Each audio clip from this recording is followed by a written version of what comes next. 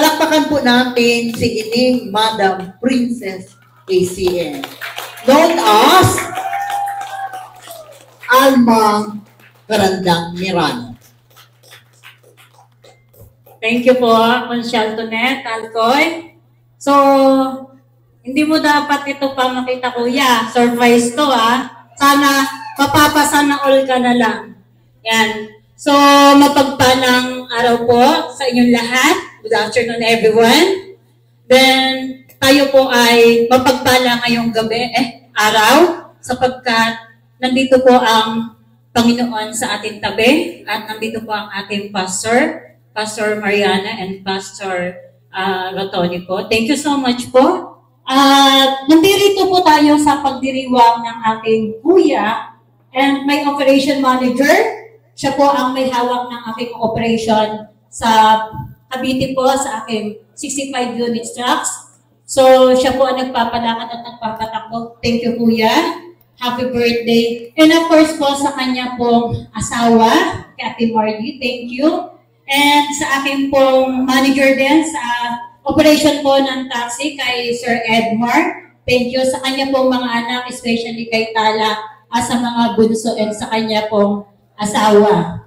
Then of course po, thank you so much po sa lahat po ng mga bisita sa pagmumuna po ng senior citizen, kay Madam Ella and Madam Javier. Please a round of applause at nandito po kayo. At sa lahat po ng senior dito sa ating barangay Corazon, sa lahat ng opisyales, sa ating pong mga mamamayan, and of course po sa ating pong team tulong na tumutulong ngayon hanggang kailanman.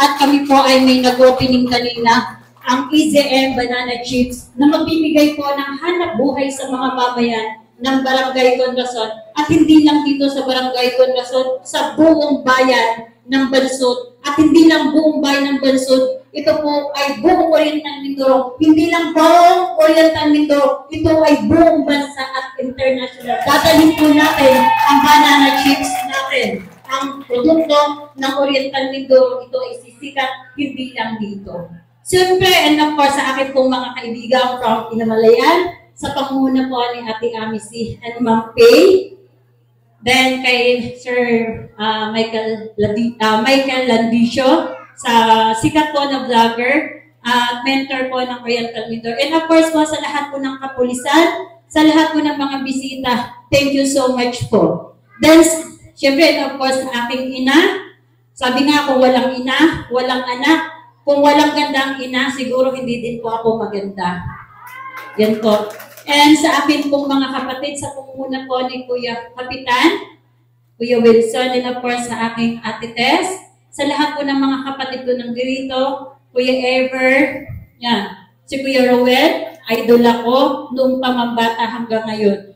Kami po magkakapatid ay nagmamahalan. Kami po, sabi nga, kapag may tampuhan, laging moving forward. Never po kami nagka-encounter, nagsasagutan, nagsusumbatan. Ano mang problema po ng kapatid, hindi po matatapos yan kung puro sumbatan.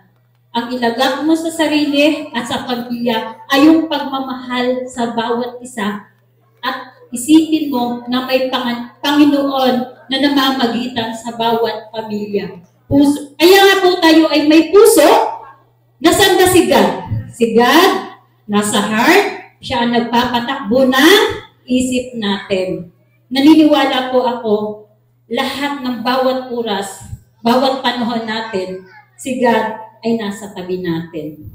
So, and of course po sa aking inaanak, thank you sa kapulisan po dito sa ating Barangay Corazon and Bayan. Sa lahat po ng bisita, thank you so much. So, Kuya Edwin, ang week ko po sa iyo. Napakabait ni Kuya Edwin.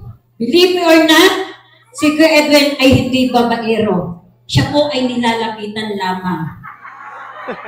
Ako ang magpapatunay. Bakit? Si Kuya Edwin ay walang ginawa kundi magtrabaho para sa pamilya. Ako ang magpapatunay kasi every night binibidyo ko siya kung nasaan siya.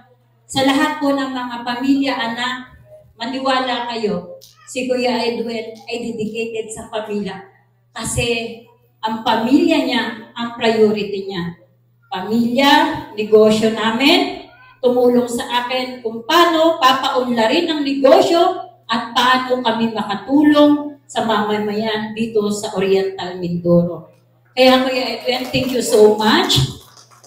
Happy birthday. Mahal kita, mahal ka ng buong ating kapatid, mahal ka ng buong empleyado ng Aldrich Ken, ng Alma Ken, lahat ng ating company, mahal ka.